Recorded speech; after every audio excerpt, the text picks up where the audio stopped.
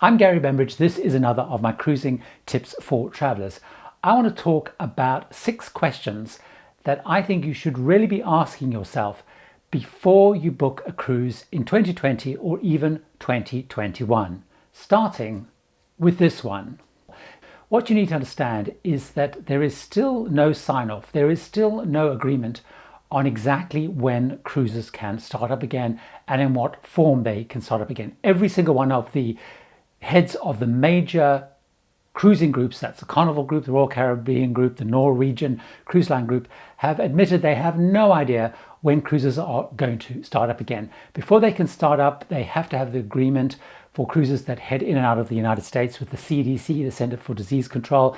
In the UK, they're working with the organisation PHE, Public Health England, to agree the protocols on how cruises start up again. So the cruises that are being advertised, whether it's this year or next year, no one actually knows specifically if those cruises are going to be running in the form that they should be running. So are you happy to book a cruise before you know that the cruise lines are up and running again and things will be as you want them to be? So you could be handing over money for cruises you just don't know are going to happen. Bear in mind, the cruise lines cannot start operating until they have approval of those health authorities. So even if you're feeling very optimistic, make sure and ask yourself, are you happy to hand over money to the cruise lines for cruises you just don't know are going to happen? The second key question to ask yourself is, are you happy to book a cruise before you know what the protocols are going to be, what the onboard experience is going to be, or limitations are going to be?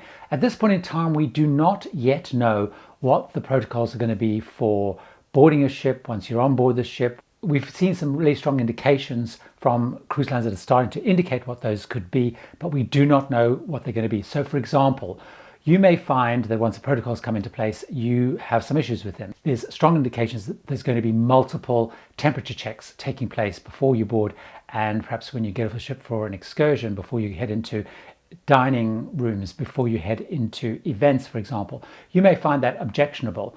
Although there's probably strong indications that masks won't be required, certainly as river cruising has started in Europe, masks have been part of that. I personally think it's unlikely that masks are going to play a big role, but what happens if they are something that are required and you've booked a cruise and you find you have to wear a mask and you don't want to? You may object to the way that the dining operation is going to operate, the way the buffets operate, where there's no self-service. There's really strong indications that venues will be controlled, so the number of people in the venues, perhaps the number of people that are allowed around the pool at any one point in time. Are you going to be happy with those protocols simply when you just don't know how they're going to operate? The other thing you need to think about is, certainly there's indications that there's going to be a lot of health screening processes before you board. What happens if the protocols say that if you fail something, so for example a temperature check, that you're denied boarding? We don't yet know what the process is going to be. Are you going to be fully refunded by the cruise lines? Are they going to refund your airfare to get there, your transportation there? Are you going to be forced to go into some sort of quarantine? All those kind of things, we just don't know what they are. So you're booking a cruise without knowing what the protocols and the implications are. The next question to ask yourself is, are you happy to book a cruise where the ports, the itinerary may change significantly?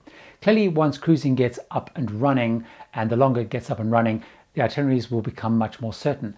But the cruise executives have all made it very clear that they're not sure about what the itineraries will be. Although you're booking an itinerary which looks very appealing, you might find that some of those ports don't open to cruise ships and won't let cruise ships in. So though we've only seen a few indications, so for example the Seychelles, which is not allowing cruise ships way into 2022, we've seen some of the Caribbean islands talking about earliest end of this year they're going to let cruise ships in. They're prioritizing getting more domestic land-based travel up and running.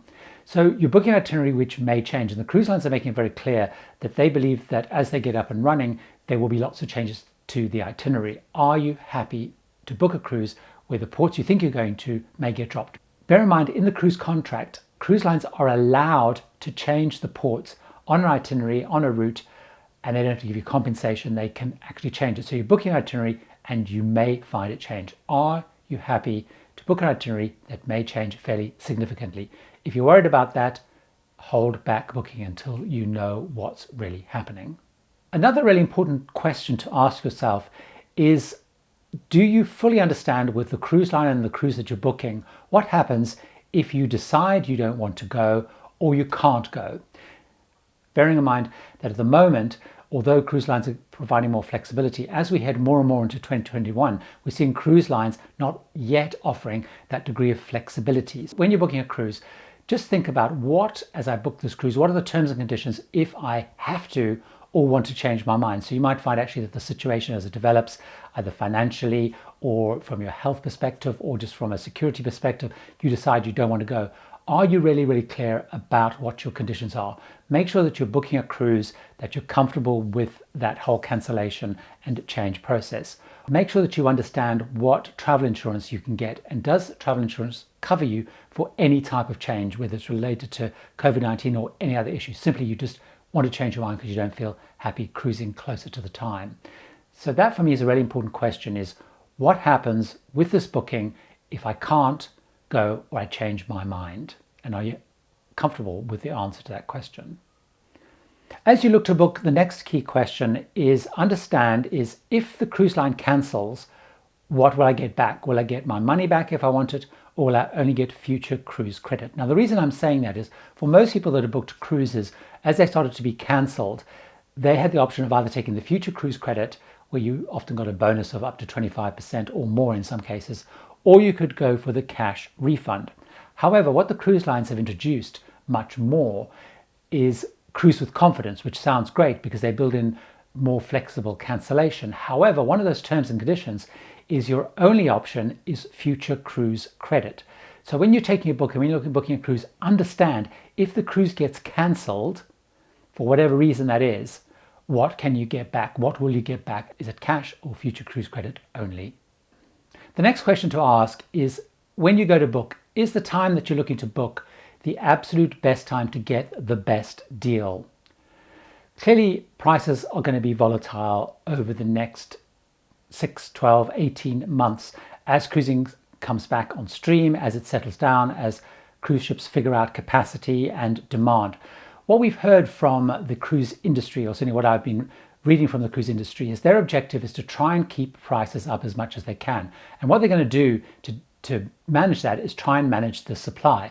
So they've all said that they're only going to bring on board ships in a staggered, slow way as a way of trying to manage pricing, to keep pricing up. If you do think or you're worried about prices going up, go for it. However, keep tracking the price, because if there is volatility, if prices do go down, you want to make sure that you can claim that back. And the simple way of doing that is tracking it. So you can either just keep an eye on it yourself, get your travel agent to do it, or there are a couple of websites where you can actually track your specific cruise. So for example, Cruise Critic has one of those, and that's called Price Alerts. So you go in and you put in your cruise that you've done, you set up a price alert, and it will notify you if prices shift downwards, actually also if they shift upwards, or if the grade above you has come down in price so it closely matches yours.